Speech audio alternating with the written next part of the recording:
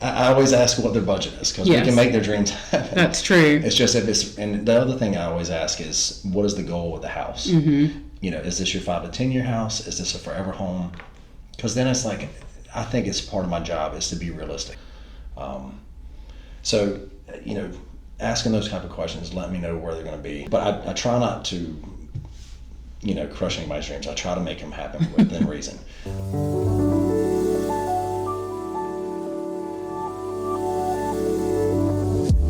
This is Lived In, a podcast by Hemby Home Company in association with Haystack Realty Group in Greenville, North Carolina. Lived In exists to host thought-provoking discussions on design and real estate, empowering everyday home dwellers to live beautifully, regardless of budget or circumstance. Every 2 weeks, join me, your host Femi Koz, a realtor, design advisor, and content manager, as we cover everything from how to effectively conduct a home search to which rooms are worth the investment in your home. Together, let's find out what it really takes to live beautifully. This season, we're hosting interviews with experts, putting the keys in your hand as you make some of the most important decisions that come with creating a beautiful place to live. If you've ever tried to update a space in your home, you know it involves making hundreds of decisions and constantly referring back to your budget. Home renovations can be tricky. From deciding who to hire to choosing the best method of execution, it's not hard to get overwhelmed or blow your budget. Thankfully, none of us have to go it alone. In fact, if you can find a good contractor, the process quickly becomes a whole lot easier. This week's guest is Ronnie Warren, founder of Precision Renovations. Kind, hardworking, and extremely detail-oriented, Ronnie is exactly the type of person you'd want to have working on your home. So if you're wondering whether to splurge on your toilet or your paint colour, feel like your design, vision and budget don't match, or simply want to know how to approach your renovation project, tune in for this conversation with home renovation expert Ronnie Warren. Let's get into it.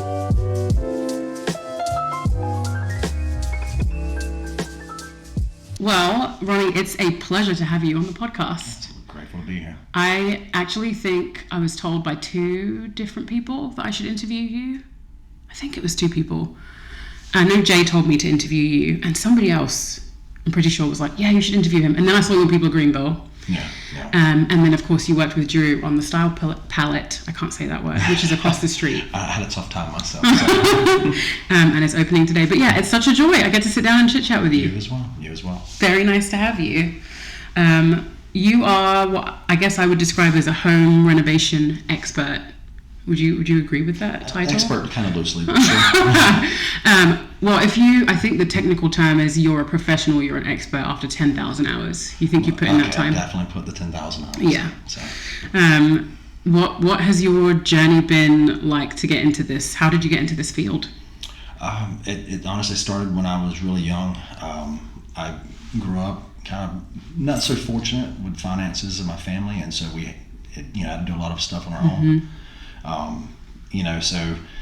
If we had a roof leak, we did it ourselves. And so I remember, 8, 9 years old, climbing a ladder with my dad, toting the shingles up there, and him teaching me how to do some of these things. Yeah. So, the next step as I got older, a girl I was dating in high school, she had a house that she grew up in that kind of was in disarray. Mm-hmm. And her grandmother knew that I had some skills in some of the trades and said that if I remodeled it, they would pay for the materials and we could live there rent-free. Oh, wow. So, of course, it sounded really fun and exciting. I was 19 years old, so very ambitious. Yes. And so it started out kind of more of a hangout spot. And we, did bonfires, play some music, and we'd clean up. And, probably about a month into it, for whatever reason, it took a hold of me and I started putting floors in. Yeah. And started sheetrocking. And, way back in the day, Lowe's used to offer these classes on Saturdays, like sheetrock classes. Way back in the day, how old are you? I'm 39. 13, okay, it's not that way back in the day. No, not way back, I guess.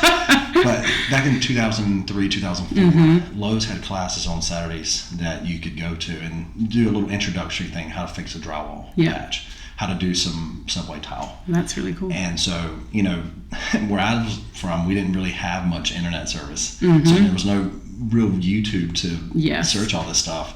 So other than a book, which was really good, I was way more hands-on a learner. And so having those classes combined with the books helped me. Yeah. And so that's where I started it, and just took me probably about a year Of course, I was in school. What were you in school for? Nursing. Wow. Yeah, you see where that ended up. Yeah. But there's a lot of things that, kind of helped me get to where I'm at, even through that. But anyway, I'll get to that here later. But with the house, it took me about a year, and we lived in it, and it was wonderful. Yeah. And so I graduated, actually ended up going to x-ray school. Oh, And then wow. graduated and passed my boards and all that. And, I think that's part of the ability that I have. I'd like to say that de-escalating is one of my good points or high points. If there is an issue, I don't take it so offensive, or I don't get defensive, I guess I should say. Yeah. I try to make sure that, I'm open-minded to the idea and try to help the client see that I'm here to help. Yeah. And I feel like there's a lot of contractors that don't do that. Of course, money matters. I'm not trying to absorb a lot of it, Right. but at the same time, I want to make sure that my customers are happy at the end of the day, and it's really done me well. But, the next step, I guess my mom had got diagnosed with cancer. Oh, I didn't know cancer. Yeah. So the job that I got offered with X-ray was in Duke. Yeah. Which was a great opportunity. However, my mom's from Robertsonville. It was really far from her at the time, but she needs me. And so anyway, I actually worked at a manufacturing company for a little bit.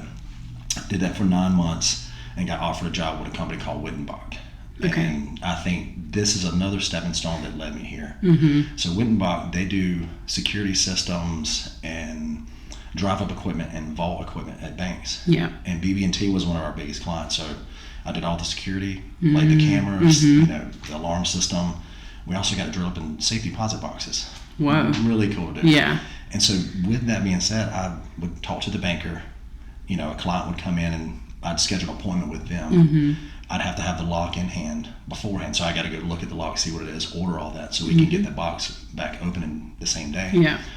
And so that was the first part of me scheduling my own clients. Yeah. Even though it was with a bigger corporation, I had to delegate my schedule and never had the opportunity before. Had a company vehicle, had to keep up my inventory, and so had the people skills through patient care, because that's definitely is very intimate. It is. So you have to be very careful, and tread lightly. You don't want to hurt anybody's feelings, or and then the next stone being with the delegating my own schedule, and then the last phase of it is here. So Yeah. but it took me a while because I'm definitely not a risk taker at all. Oh. And it was, I took a couple jobs here and there. So it was, started out lightly, and next thing I know, I started getting bigger jobs, and, people loved it. And, I was so focused on quality and focused on making sure they were happy. Probably sometimes Too much. too much. Like every evening before I leave, I'm like, hey, I'm going to walk you through what we got done today, and just make sure you don't have any questions. Like, Ron, I trust you, you're good. Yeah. And I'd get that a lot. And I'm like, I don't mean to, I just want to make sure that you don't get back here at 8, 9 o'clock and then are worried, because I don't want you going to sleep worrying about it. Right. So. No, and I think people appreciate transparency and consistency, knowing, like, I like to talk, and one of the things that Katie, our broker in charge, says to me all the time, she's like, you need to not over-inform clients, but I like to stay in touch. I want clients to know exactly what's happening all the time. So I think, if anything, people would rather be annoyed because you're telling them too much than you're telling them too little. I tend to agree. So, and usually you can kind of, if you read the room. Yes. And so you can kind of see body or nonverbal cues with people, and you can kind of get the feel. I have customers, some of them want to know, when we put a shower head, how high do you want it? You want us to go lower, and wherever you put it, Ronnie, I trust you. And so once I get that, then I know, where to ask questions. It's like, okay, they trust me, they know what I'm doing here, and they're not going to be as particular as maybe some other people would. Yep. So. Well, so you did that first house at 19. 1999. And then you did 2003. 2003, okay. And then you did. You were still in nursing school, graduated, went to x-ray school. Did you finish x-ray school? I finished x-ray school and got board certified. You got board certified. Then you went home to be closer to your mom. And I started working at a company called Asma. Okay. And I did very well on a test. Like, you have to take a placement test to be where you're at. And so it was called a mechanical engineer loosely. It's not an engineer position at all. It's more like, I ran one of the assembly lines that put armatures in windshield wipers. So windshield wiper motors is what my line built. And I ran the line by myself. Wow. So It was a fun job. It was 5 p.m. to 5 a.m. Oof. Yeah, but it allowed me to help my mom, catch up with some of her bills, and be close to her and see her more. Yeah. And that was ultimately the most important thing. Yes. And then I got opportunity with the Wittenbach Company, and there was a lot of windshield time. My territory went from Roanoke Rapids all the way to Moorhead. Oh, wow. Yeah, so you're in your car a lot. Right. So I would be able to have long phone calls, and I was so fortunate to be able to have those because I could just literally talk to her. I mean, we probably spoke an hour or two every day. Yeah. If I didn't get to see her, and I'm very lucky. Very lucky. So. I love that. I love that you also just had that relationship with your mum where you were like, I want to be close. Yeah. It's a gift. Yeah. So at what point then did Precision become like a reality?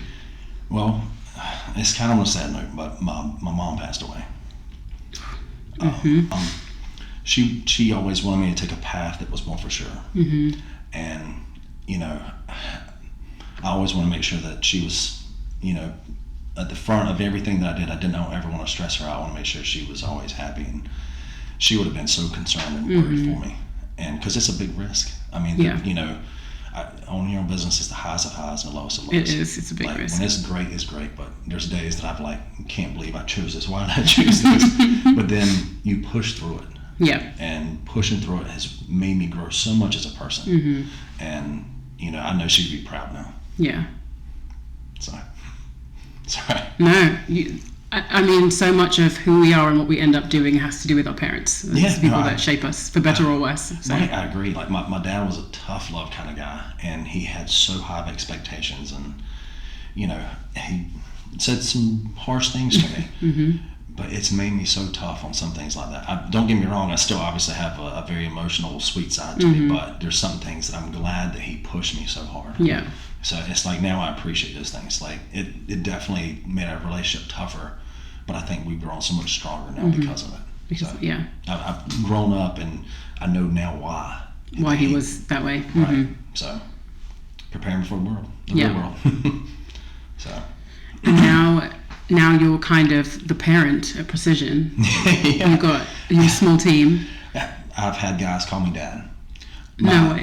My managerial skills are more, I'm disappointed in you. Yeah. How can we do this better? I never raised I take that back. There's one time that I got upset with my guys. One of them in particular, they weren't working as a team. It was raining. Most contractors, if it's raining, you can't work. They send the guys home. I never want to do that. Those guys are depending on me to make sure that they get the hours so they can, take care of their families. Yeah. And so that means a lot to me. And that being said, I say, hey guys, we got some work at the workshop or the warehouse. It's really just organizational things, cleaning up. Which I think those things are important. I typically did those things. So I said, let's go to the warehouse, and they were fighting. They had a feud between the two of them. They both had headphones, and I needed them to communicate because they were doing the same thing. Yes. And I looked at them and I was like, are you kidding me, man? Yeah. I'm giving you the opportunity to have hours and makes get some time, and you're just not even going to talk to each other. Yeah. So, but other than that one time, and me and him apologized afterwards, and he still talks to me today. He no longer works for us. He actually moved to a different company, honing on some of his skills. Like he obviously we do a little bit of everything, and so we've done a little bit of plumbing, and I noticed he was so much better at plumbing, and it made him so happy. And I was like, dude, why don't you focus on that? I think you'll have better growth because you can't do drywall, tile work, flooring, and expect to learn it within 2 or 3 years. That takes 5 to 10 years to be a pretty decent skill level at it. And he kept getting beat down every day, and I know that it was probably paying a toll on the psyche, and I didn't want him to feel that way. And so I worked with him, and he ended up getting a job with a plumbing company, and he's doing great. Yeah. So still talk to him almost every day, and matter of fact, his plumbing company does all my plumbing. That's amazing. And now I get a warranty on it. Yes. So, but anyway, so a lot of them with that type of management skills and stuff, I think is suited me well. Just trying to help them grow and see the skills, not that they messed up, but that you can improve it, and this is how you can go about improving it. So. Yeah, I think in your line of work too, one, I think humility is so important, and I feel like you've demonstrated that. You were saying that even just talking to clients, but talking to the people that work for you. But I also think in your line of work, it's important that the quality of the work is absolutely the best it can be, because that's the only thing that you've got to show that you're worth anything, basically. Well, essentially, yeah. Because, I think there's two things. I think the relationship that I build is very important Yes. for customers. I think that's something else that we bring to the table that not a lot of contractors, but I agree with you 100%.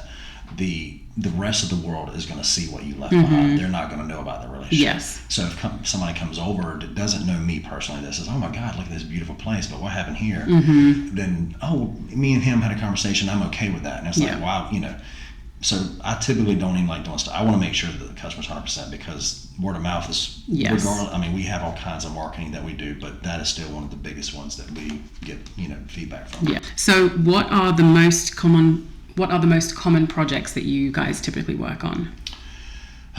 The most common I'd have to say is bathrooms and kitchens, and more so bathrooms, man.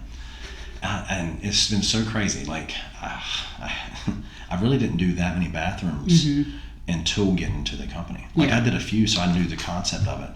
And, trying to get people to teach you when you own a business is quite difficult. So I did a lot of, and I did a lot of YouTube researching and stuff. Like, even something as simple when you're doing a tile shower, I was figuring that the mortar needed to be something a little bit different, and I've heard all kinds of different answers. Well, there is a specific type. I mean, there's a couple different ones you can use, but there's better ones out there for sure. And so it was hard getting those answers because, being in Greenville, we don't have all the, classes that you may get from some of the other, like if you lived in Raleigh, there's more classes with Schluter and some of the other tile companies out there, or Mopay. We did have one in Greenville where they did a heated floor system. And so obviously as soon as it came up, I was like, I'd love to be there. And so like if we install it, there's a lifetime warranty on that floor. So it's really nice to get those, but then you get to ask some of these professionals, even something that maybe not be on topic. And so, I got some books from them, and, lippage on tile, what's the allowance? And I hate even saying allowance because we strive for none. But, stuff like that is really nice to be able to talk to a professional. Because, you hear other contractors say, it don't matter that much. It's like, does it not matter too much because you don't want to put that much effort in? So, but anyway. So bathrooms is definitely one of our bigger ones, and then kitchens, and then I'd follow up with outdoor living spaces or decks. Oh. Especially, obviously, in the summer, everybody wants to get outside, considering the weather. Like it is. But, and what's great about doing those, the first two, is that they're kind of all-encompassing. When you do a full remodel, you're doing drywall, you're doing flooring, you're doing even custom cabinetry. Like, we've removed smaller showers and moved it, and then in that cubby, we put like a linen closet. And so it's really hard to find a specific size, and so we end up building them custom. So, I mean, how are you finding the people to even do this work? Because custom cabinetry, my husband grew up doing woodworking, and he will never touch a cabinet. Wow. He's like, I hate that. I don't want to have to do the math. I don't want to have to measure it. So, like, how are you finding? It's tough. Yeah. It's really tough. A lot of them I've trained. We do have one individual that works with us, and he's from Jamaica. Him and his family here on a work visa. And what's really great about Mark is that not only did he build the cabinets, but he had to mill the wood to make the cabinets. So I was really lucky with him. Yes. And honestly, knowing someone else is how I got Mark. Like, he was working with another contractor and wasn't utilizing him to the best of his potential. And not just using him essentially. I don't mean to say it that way, but I mean, like, he wasn't given opportunities that he wanted. Like, Mark loves doing the cabinetry and stuff.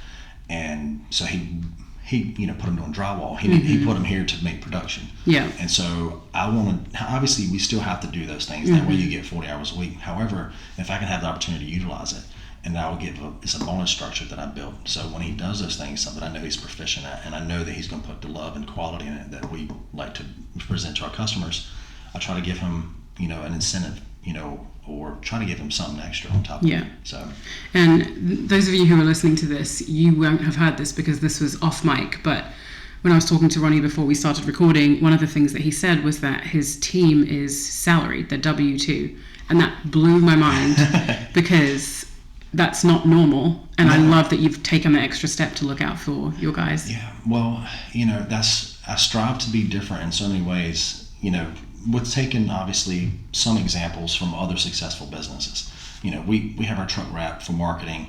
I'd like to have my guys in uniform. It brings a sense of comfort in my customer's home.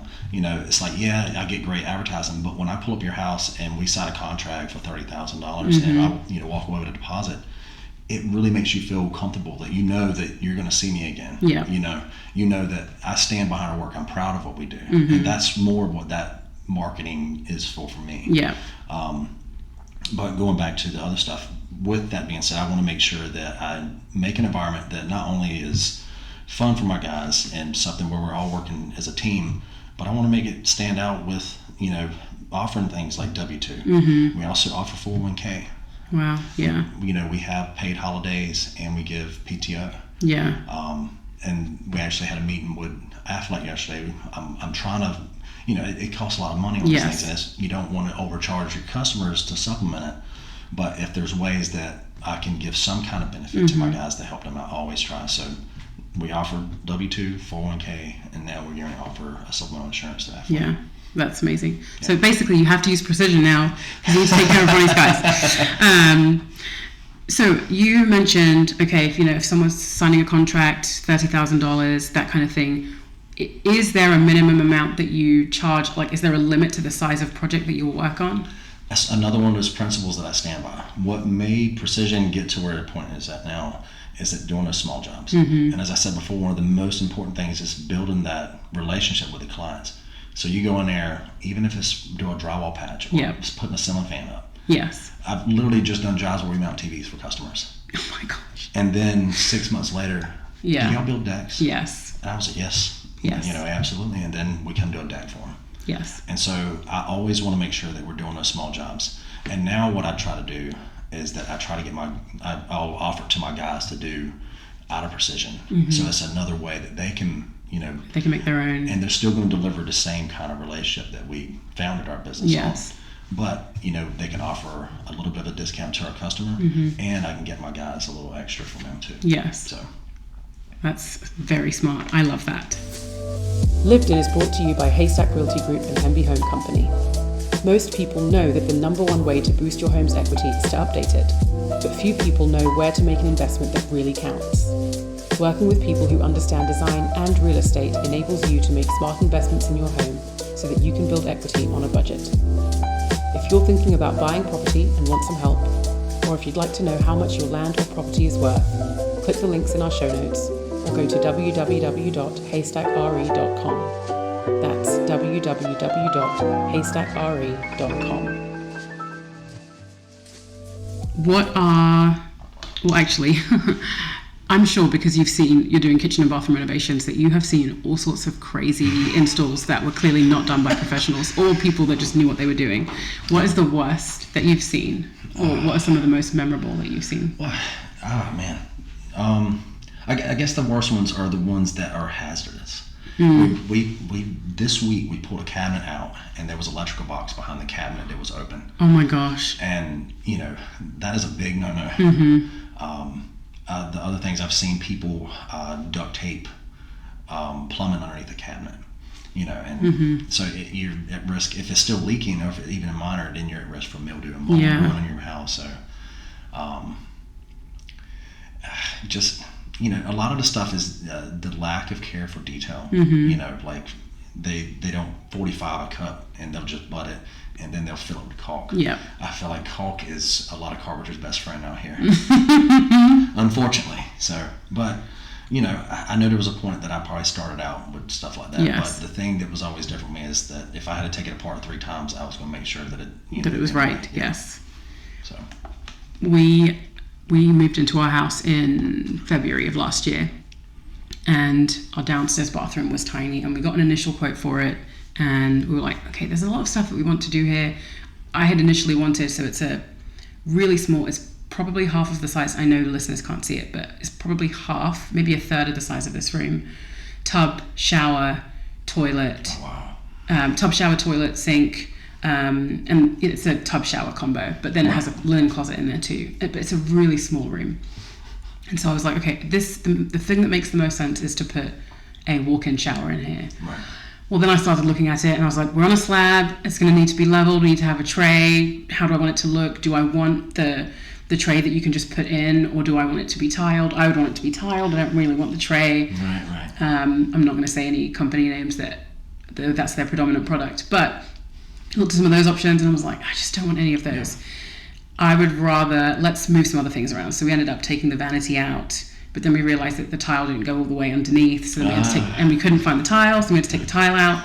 So my husband tiled. Thankfully, it's a really small room, but he was like, he only did that small room, and he said he's never doing it again. But I'm sharing all that because the thing that I found the most challenging, and I think the thing that people don't think about when it comes to DIY, is finishing. Yeah. And so, I mean, we had the main things in. We had the mirror in, we had the sink in, we had the new toilet in. All of that's fine. But then it was, and we didn't even put the tub in because the tub's already there. We left the same one, but it was going over the line to make sure it was clean and nice and neat. It was those things like scrubbing dried, grout or mortar off of the side of the tub or off of and it was just those small things. But that took me probably a month to get done. And that's the kind of stuff that I think if you're a professional like you, it gets done, it's one and done. Well, and we do a lot of things in preventative kind of deal. Yes. So, when the first thing that we do when we start a demo is that we take paper, a thicker paper, all the way from the closest exit of the house to wherever we're working. Oh, yes. And then we encapsulate that bathroom or encapsulate the kitchen or whatever. That way is for whatever, you're going to get dust in the house no matter what. With the AC system, how it circulates, it's hard. Like, we'll be doing it in the bathroom and then you're going to find dust on your kitchen, and it's like, that's impactful. Yes. But we try to do as much as we can. But case in point with the tub, we got not only like Go Board Go Board's a product that we use for walls, but we'll have that in the shower pan, or we'll have blankets and plastics over those things, and it helps prevent a lot of things. Like the blankets there, in case we drop something heavy, it doesn't crack or chip anything, and a lot of these things, I've picked up on YouTube or picked up from other contractors, and unfortunately even us, like if we haven't dropped one and cracked it, but we dropped one and worried that it. Yeah. And so it's like, we need to make sure we have something solved here. Yes. So, unfortunately, getting in the field, doing a lot of hands-on, you start seeing what things need to be done and what not need to be done. So. And do you typically work with others, so like with an interior designer or an architect, or is it typically just you and the client? It really depends on what the customer's needs are. I'm definitely no interior designer, but I can look at an image and I can make that happen. Yes. So, so budget is going to lie in that as well. I do have a lady that I use quite often, and it really helps because if we're doing a bigger renovation, it's hard to say how this is going to look. Yes. But she can do a 3D rendering, and literally you can walk through it. Yes. With a video and kind of see how things are going to be. Yeah, which is very helpful. And even with the finishes, if they want, champagne bronze, it's not gold, but whatever it may be, it's just really helpful for stuff like that. Are there any products that you refuse to use because you're like, it's just too cheap, I'm not going to? Oh man. You don't have to name them, don't name them, but do you ever say? I'll put it this way. So we try to use certified dealers in really important areas. And what I mean is, Walmart sells Michelin tires. Yes. But they're not the same Michelin that's going to be at Colony. That's a certified dealer. Okay. So plumbing parts, I typically go with a certified person. That's going to be the most detrimental if it breaks. Yes. And so if you buy something from another distributor that's not certified, then it's cheaper parts, unfortunately. Some of the stuff is good at some of those stores, but at the same time, you really have to open it up and take a look at it. And, that's something that I tell my clients as well. Yes. Don't cheap out on that, But anyway. It's hard to know because cheap is so relative. Right. And I talk about that quite a bit on the podcast, of just the cost of things and why certain things cost what they cost. Yeah. But it's when I look at the kind of clients that we work with, I'm thinking, people are buying a house, they may be spending, at the very top in real estate, in what I'm experiencing, they're probably spending $750 is the absolute roof. Right. And at that point, maybe they'll buy a $5,000 kitchen faucet, but they might not. Right. They might not because, their deposit was $100,000 and that was a good chunk, and they're paying their mortgage quite happily. And so it's trying to think about those things too, where I think it can be really harmful if a product is cheap, and I mean in terms of quality. Right. So that's why I asked that question. But I also understand people have their limits. Yeah. A budget. It's a budget. Right. I was about to say budget oriented typically. Like I often get the question of whether they should put tile in the bathroom or not. And there's a lot of other products out there that they almost look very similar to tile. Yes. I'm sure everyone's probably familiar with a product called LVP. Yes. And the acronym is luxury vinyl planks. So that is a wood style type Yes. of luxury vinyl, where they have LVT, Yes. which is luxury vinyl tile. Yep. And so I always encourage my customers to at least take a look at it, because they're waterproof, they're easy to install. Even homeowners can install this. Yes. It's not that difficult. The other thing that's great about it is it's great on a budget, but if you want to change it out in 5 years, it's super easy to change out, and you already know what the budget's going to be. Yes. So with tile, it's more of a commitment. So, what are some of your favorite, or let's do one of each. What has been your favorite kitchen renovation that you've done? oh my goodness, it has to be one. It doesn't matter. You didn't even hesitate. Oh yeah, it's absolutely beautiful. So, you'd have to look at our Instagram. It's on our Instagram page. I'll pull it up. I'll link Yeah. it. So, first off, one of the things in there is a dog water bowl station, Yes. and it's encased in Taj Mahal granite. Yes. So it's absolutely stunning. So originally, how the kitchen was set up, where the refrigerator was, they wanted to open that wall up and put the refrigerator in part, like take some of the garage space, Yes. and put the fridge out there, Okay. and then make that their pantry as well. So we built custom doors out of glass, like out of the 42-inch upper cabinets, glass doors that Yes. we bought, and made these together, seamed them together Yes. seamlessly. And then we have 2 doors that you open up, and as you open up, you walk into this beautiful little pantry area, and you just wouldn't even know it was there. Yes. So that was one of my favorite ones for sure.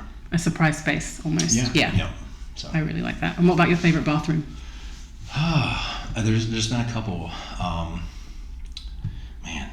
The first one, I guess this one was more favorite because of the way that we had to put this jacuzzi tub in. It was a $12,000 jacuzzi tub. Ooh.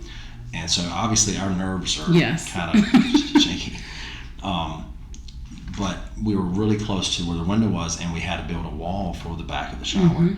And so the only way that we can get in this is we had straps from, that you would latch things down with Yes. the truck, and we had those underneath it. Oh my gosh. And we had like 5 guys in there just balancing on anything they could, Yes. easing this into place. And keep in mind, we still have to hook up the plumbing and all that Yes. stuff as well.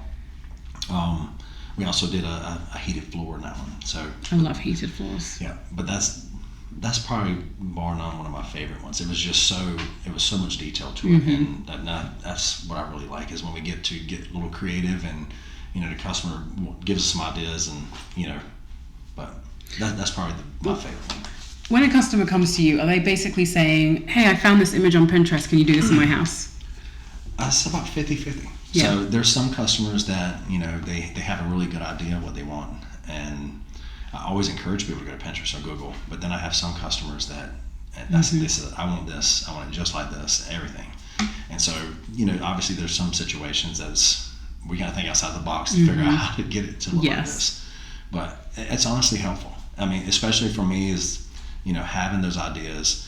Sometimes I've even said the words, give them homework. You'll call me up, and we'll talk a little bit on our first interaction about what they're, what they want for the project and what their goals are. And if it's tile, I'm like, and I always like to make it family oriented. So I'm like, you and your family go out to dinner, and Lowe's is open till 9 o'clock. You can walk around. Me and my lady like to walk off dinner. So we'll go to Lowe's and look at the seasonal stuff they have out, and look at some of the new products, and just take some pictures. Yes. And send those to me. That way, not necessarily that we have to get them there, but it's a great start. Yeah. And so then when we give to the quote, I already have a good idea, so I can at least think about any questions or concerns that they may need to know before we do the actual quote. And you spoke about trying to make customers happy. How often do you have to crush a dream because it's physically not possible? I feel like you're like, I don't crush the dream. I give them. I find a way. I was about to say that I always ask what their budget is, because Yes. we can make their dreams happen. That's true. It's just if it's, and the other thing I always ask is, what is the goal of the house? You know, is this your 5 to 10 year house? Is this a forever home? Because then it's like, I think it's part of my job is to be realistic. And Yes. I think, honestly, when there's a lot of people that love Trex materials, and I love Trex, and that's a composite decking system. There's a couple cons with it. You know, it definitely gets really hot in the summertime, but it's an investment. Yeah. And if you're only going to be in this house 5 to 10 years, you have a product that's going to last 25 to 30. And I don't know necessarily that you're going to get the resale value that you put in it, Yeah. essentially. That makes sense. And so I try to direct people in that sense as well. It's like, if, you know, you want a bathroom or, you know, a kitchen appliances, those things are resale, especially if you're looking to sell in the next 2 or 3 years. But I think that's still part of my job. Or, you know, I've had customers say, I actually want to rent this out. So then I'm like, I'm trying to, you know, if you're going to be rental, I'm thinking of maintenance costs. Yes, yeah. So so the home that I live in currently, that's what it's going to be. We got a great deal on a townhouse. I went inside and redid all the work. And I kept in mind, for the most part, that I wanted that everything to be durable and easy on maintenance. So I didn't put a food disposal in it. Yeah. Food disposals are constant call-ins and stuff like that if something gets in there. And so it's like, we don't really need it anyway. It's an extra expense. And then, you know, it's no harm to the client if they never knew that it was, you know, going to be there or not be there. So, you know, asking those type of questions let me know where they're going to be. And I'm kind of getting off topic a little bit. You're good. But I try not to, you know, crush anybody's dreams. I try to make them happen within reason. Dial them back if need be on something. But, you know, I've been fortunate enough in the line of work that most of the stuff that we've done is doing people's. Yes. I don't know if you've seen one of our slogans. We have 2, and it's because I couldn't choose between them. Right. Sometimes you need more than one. Yeah. One of them is, well, I guess when you be precise. Yes, I have seen that. And so I was literally on that. a gable of a roof, and I was trying to find out what the exact angle was on the 2 boards so that it matched. Yes. And there's ways that you can do it without it, but I had a compass out there, figuring out what the exact angle was so that we could cut it.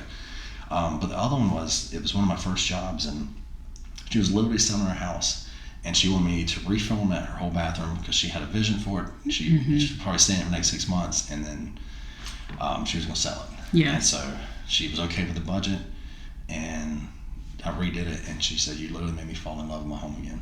Oh, And she didn't sell it. Wow. It was that detrimental, and I was like, I have to put it up here. So I'm not saying that, like, that's not necessarily our business, but it was one of those things that was so meaningful for me when I first started that it was very impactful. Yes. So kind of cool. That is cool. I mean, that's what a renovation is. It's making somebody fall in love with their house again. So I agree.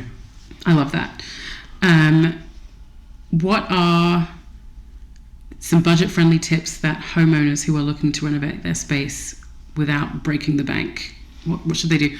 Something I think about a lot, and I'm not an expert, but I know that if you have to move a wall or move plumbing, that's going to increase your price. This is just it's basic. Sure. So what are some things people need to think about before they say, I'm going to... That's something that, you know, comes up quite often in my projects when I'm like, I know if we're right on the cusp with the budget, I like to tell my customers, and I know this isn't true with all contractors, I say it's a wish list. Yes. So you see what the demo's price is. If you'd like to do the demo, by all means. Again, I grew up in a family that we did a lot of that stuff, and so I think it brings a family closer. And so I think it's really cool to be a part of the project, because then not only do you're paying someone, of course it's your home and you see it, but you get to be a part of that process as well. And so talk to your contractor and see if they would be interested in working with you or working with them and seeing if they could do some of it. I have customers all the time, hey man, we can do the painting, you know, Yes. And then it allows them to get the vanity they want or get the plumbing that they want. And so I'd like to say that more contractors are okay to do that, but it doesn't hurt to ask. So that would be one of the biggest ones. And one of the things, like I was saying before, like if you're doing a shower in particular, look at the LVT options. Yes. It's so much more cost friendly. For showers, I can say from personal experience, I kind of like the acrylic pans with the tile walls. And as far as a standpoint of longevity, I like to say that it lasts longer. You know, a lot of times with shower pans, if you have any structural movement in the house, if it settles, those are where it's going to crack and usually give. But if you have that acrylic pan set properly, it usually lasts a lot longer. The place I'm living in was built in 1984, and the acrylic tub is still solid. Yeah, it's still solid. Yes. As long as it's put in properly, you know, it should be set in a mortar bed. That way you don't hear it creaking and cracking in the tub. But, you know, I get the, you know, production kind of element and how things are getting installed, and they should hold up. Some of them have the foam backing, but so I think that's another one. I would say granite or over quartz, but I think they're getting, you know, pretty close in the price. But you can always do jobs in phases as well. Yes. And so I think that would be another one that I would suggest to my clients, you know, if they have 2 or 3 things. Do you think it can get something that we've talked about on the podcast before is something I call a modest makeover? So it's doing something on a low budget. You can transform a space without it being a dramatic before and after, without spending a ton of money. So even our guest bathroom that we updated had a number of things that we had to fit, but I think we probably did it for $1,000. But if you look at it, and I'll show you pictures after. Oh, that's what I said. I'll show you pictures. But if you look at it, it looks like a completely different room. Wow. Now, there's elbow grease involved, and we had to practically do some things. And my father-in-law, he moved the plumbing because we had a return. So there are some things that we did, and you can manage it. But we decided we're not putting a ton of money in here. We're going to just do what we can to make it work functionally, and then also make it a bit more beautiful if we can. But do you think if people are doing things in phases, at some points it can get expensive? So I'm thinking, for example, if there's a room and they want to install pendant lights, it's all can lighting in the kitchen. They want to do pendant lights. Should they just go ahead and tackle all the electrics in the rest of the house, or should they just do that one room? I feel like that's a little bit of a loaded question. Unfortunately, a lot of times when you get electric and you start into drywall, you start getting into things that you may not get to because the cabinets are in the way. Yes. You know, there's some limits to it, and I that's one of those things that I think it would be individual to the customer and the contractor. Something else that I thought about is like with kitchen cabinets. Yes. I had customers that, how much would it cost to remove all the cabinets? And it's like, these are solid cabinets. These are 3/4 inch material. The new cabinets are not going to be 3/4 unless you get them custom built. So we can build custom doors. Yes. You know, you can order custom doors even, and take the Formica off, paint the cabinets, and put, you know, new countertops up there, and that half that budget. Yes. For sure. So, you know, it's really hard to say exactly, but you know, it would really have me talking to them or have them talking to the contractor and stuff like that, and hopefully they'd be transparent with them on it. Yes. What would you, so obviously the house that you're in right now, your plan is for that to be a rental. If it wasn't a rental, if it wasn't going to be a rental, what would you have done differently inside? Well, so this is my first purchase. This is my home. I've lived in, you know, rentals my whole adult life. You know, I don't know. Anyway, I had this opportunity come up, and I'm dating a girl now, and she was a little concerned about it. It wasn't as nice as she wanted it to be, and even it being a rental, I got a really good deal on it. Yes. I guess let me give you a little backstory to that without taking. Drew was your agent, wasn't he? Yeah. It had been vacant for 20 years. Oh, wow. The previous owner ripped the kitchen out and the flooring downstairs, so a regular homeowner couldn't come in there and get it appraised. No. So, oh my gosh, I had to put a kitchen in it before I can get it. I had to put a due diligence down, which was a very fair price.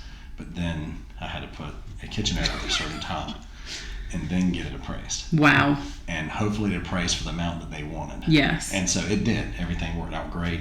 And so knowing all that, I knew that I had a lot of work. The HVAC needed to be replaced. The plumbing, it was the old Quest plumbing. And there's a big lawsuit on that company. You know, so I went ahead and replaced all the plumbing. A lot of the electrical got replaced. And, you know, so all the plumbing and electrical needed replaced, we ripped out a ceiling. Well, all the duct lines were not insulated. Oh my gosh. So all those got upgraded. And as I said before, because it's going to be a rental, I want to make sure not only, you know, I want it to look nice, but within reason, but I want it to be durable. So I put solid cabinets and not particle board cabinets. They're going to last longer. You know, the particle board with the stickers, they get wet, they just don't last. And I bring my lady up because she had some influence on this. Yes. So we have the champagne bronze fixtures, which, you know, the way she said it to me is that no one's going to not rent it because of the gold fixtures. Correct. And I was like, I know. But the satin nickel are more cost effective. So we splurged a little bit on things like that. We did put quartz countertops, but she went to my countertop lady and she was like, well, this is only $200 more. She said, I'll pay the difference. Yes. And I love her that. Clever lady. Yeah, so I had to take care of her. And then the only other thing I did is I did put a tile shower in there. Yeah. So it has two showers. One I kept, which literally is my shower. Yeah. That's the acrylic one. And she's got a nice tile shower. Yes. And it works out good. We got our own spaces, which I've never had before. Yes. You know, like we shared a bathroom, and getting ready for stuff when you share bathrooms, you know, it's tough. But anyway, so I don't know that I would do anything different because I invested more money than I probably should have. But I had such a good price that I had the benefit of doing that. Yeah. So, I'm waiting. I know the market's going down as far as the interest rate. Yes. So I'm trying to figure out if I want to refinance it and take that and get into another one. Yeah. I wouldn't do anything different, unfortunately. She told me the other day that instead of renting it out to someone, she wanted to rent it to her and it'd be her she shed because it felt so much like home now. And keep in mind, she was nervous about moving. Yes. And so it made my heart feel good to know that she loved it. So, but anyway.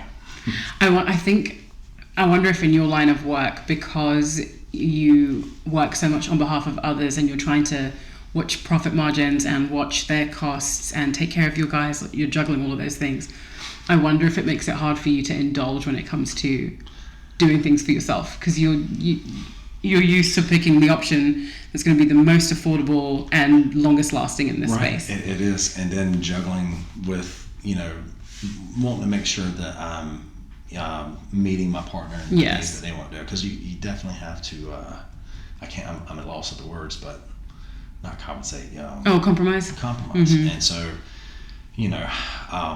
juggling all those in there definitely can be frustrating sometimes, but we do very well, and she's great. She's actually helped me build this. Yes. So me and her have been dating through the duration of it. And so when I first started, there was weeks that we didn't have as much money. No, I didn't pay myself that much when I first started either. So she was a travel nurse for a good bit. So during COVID. Yes. So she was well off and she believed in me. And so thank goodness, because I don't know that I would do it without her. Yeah, I love that. Okay, we're almost out of time, so I'm going to ask one more question and then round up. All right. What exciting projects are you working on at the moment? Well, we just finished actually. Oh. And it's the style palette. Yes. It was definitely one of the more fun projects. I hate saying that because I love all my customers and I love all the projects, and they all have their certain avenues. But this one being so close to Haystack and you guys, and being so close to, it's just the accessibility to things is really nice. So we can go eat sushi, and then go back with the sushi coma and try to continue getting work done. And the ladies were so sweet and so happy. And then actually, going back in there today, and it was their grand opening, and seeing it in real life, people using it and complimenting it. And literally, I've already got calls based on that's amazing. And that was probably one of the more exciting ones I've done. The kitchen that we spoke about earlier was wonderful. It was so fun, but you don't get to share that with so many people. Yes, that's we put the pictures up, and so I really enjoy something like that. Not that I want to get completely commercial. I want to be flexible and be able to do those things when they pop the opportunity up. But it was fun. Yes. So. Well, speaking of people getting and giving you work, where can people find you? What's the best way to reach out? Not email, apparently. Well,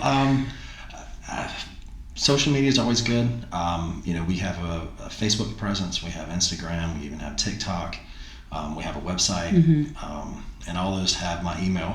Yes. that that Corinne checks for me typically, and then text message. So if you find my phone number, that is the easiest way. I will not give people your phone number. I will give them email. I'll give them email and your Instagram. I feel like you don't want all of those text messages. Well, maybe you do. I don't know.